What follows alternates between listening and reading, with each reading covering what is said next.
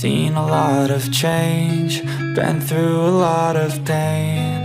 Some things are not the same as they were a year ago, but all will be okay. FP1 FP2 MotoGP Spanyol 2026, Bos Aprilia prediksi pergerakan Marc Marquez dan Fabio Quartararo bakal guncang bursa transfer MotoGP 2027. Ya sobat, FP1 dan FP2 MotoGP Spanyol 2026 akan berlangsung pekan depan. Massimo Rivola memberikan pandangan menarik terkait bursa transfer pembalap yang mulai memanas, menyongsong perubahan besar di MotoGP 2027. Rivola meyakini nama-nama besar seperti Marc Marquez akan menjadi pionir yang mengambil keputusan krusial dan mengejutkan dalam menentukan pelabuhan karier mereka selanjutnya. Beberapa pembalap sudah menandatangani kontrak baru bersama timnya saat ini. Namun, sejumlah pembalap top belum memutuskan masa depannya, termasuk Marc Marquez dan Fabio Quartararo, yang dikabarkan masih dalam posisi bimbang. Efek domino, pemain terkuat di bursa transfer. Rivola mengakui bahwa pembicaraan mengenai perpindahan pembalap saat ini terasa sangat dini. Meski begitu, dinamika pasar yang kompetitif memaksa tim dan pembalap papan atas untuk bergerak lebih cepat demi mengamankan posisi terbaik sebelum regulasi baru diterapkan. Saya rasa kita semua terpaksa bergerak terlalu cepat. Saya setuju ini masih terlalu dini, tetapi ketika Anda tahu perubahan akan datang dan tidak ada yang benar-benar mengatur pasar semacam ini, maka pemain terkuatlah yang akan mengambil langkah, kata Rivola.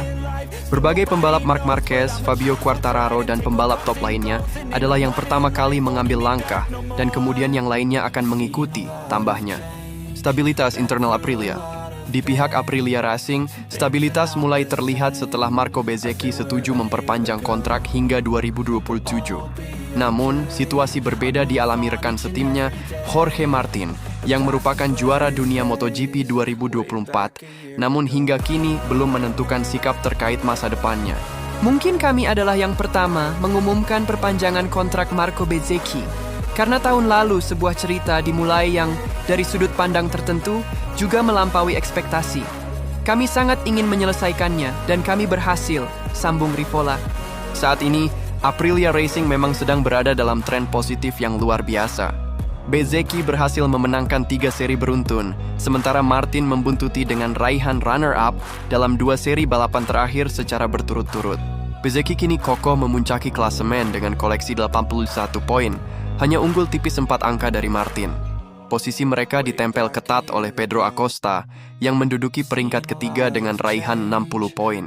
Sementara itu, duo andalan Ducati Lenovo, Marc Marquez dan Francesco Bagnaia justru masih kesulitan menemukan performa terbaik mereka musim ini. Marquez saat ini tertahan di urutan kelima, sedangkan Bagnaia harus puas berada di posisi ke-9 klasemen sementara MotoGP 2026. I've changed for the better this time. I thought I would never be fine. MotoGP 2026. Marc Marquez vs Pedro Acosta di Ducati. Pembalap terbaik tak peduli. Ya sobat, Marc Marquez diklaim akan fokus pada dirinya sendiri.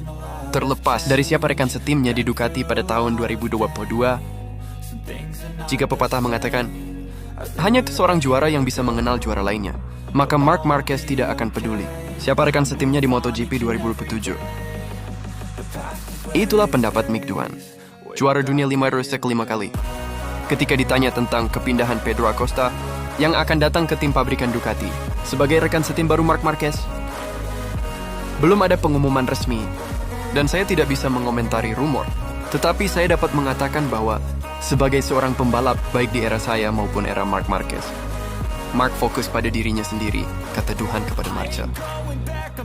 Doohan menambahkan bahwa wajar bagi pabrikan untuk menargetkan susunan pembalap terkuat, sementara juara harus mengalahkan semua orang di grid. Untuk memenangkan balapan atau kejuaraan dunia, Anda harus mengalahkan semua orang, termasuk rekan satu tim Anda. Pembalap terbaik, tidak peduli siapa rekan satu tim mereka, katanya. Rekan satu tim yang baru bergabung adalah orang yang harus lebih khawatir tentang kemenangan daripada orang yang sudah mapan. Marquez menegaskan bahwa ia tidak ikut campur dalam pemilihan rekan setimnya dan sebelumnya berpasangan dengan juara MotoGP lainnya, Jorge Lorenzo dan Joan Mir di Repsol Honda. Peran kemudian berbalik ketika Marquez bergabung dengan tim pabrikan Ducati bersama mantan juara 2 kali, Pecco Bagnaia.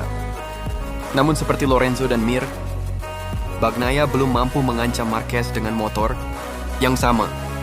Jika duet Marquez-Acosta yang diharapkan terwujud, Tuhan memperkirakan persaingan ketat antara dua pembalap yang berada pada tahap karir yang sangat berbeda. Acosta memiliki bakat luar biasa. Apa yang dia lakukan dengan KTM sangat menakjubkan. Ini akan sulit bagi mereka berdua. Mereka berdua orang Spanyol dan sangat berbakat, katanya. Mark tidak akan mudah lagi.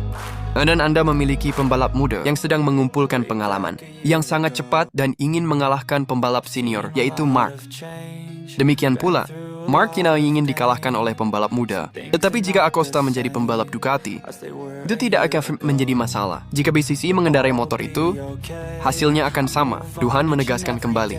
Acosta berada di posisi ketiga dalam kejuaraan dunia, sementara juara bertahan 9 kali. Marquez berada di posisi kelima. Setelah awal musim 2026 Ducati, yang lebih sulit dari perkiraan. I thought I would never be fine.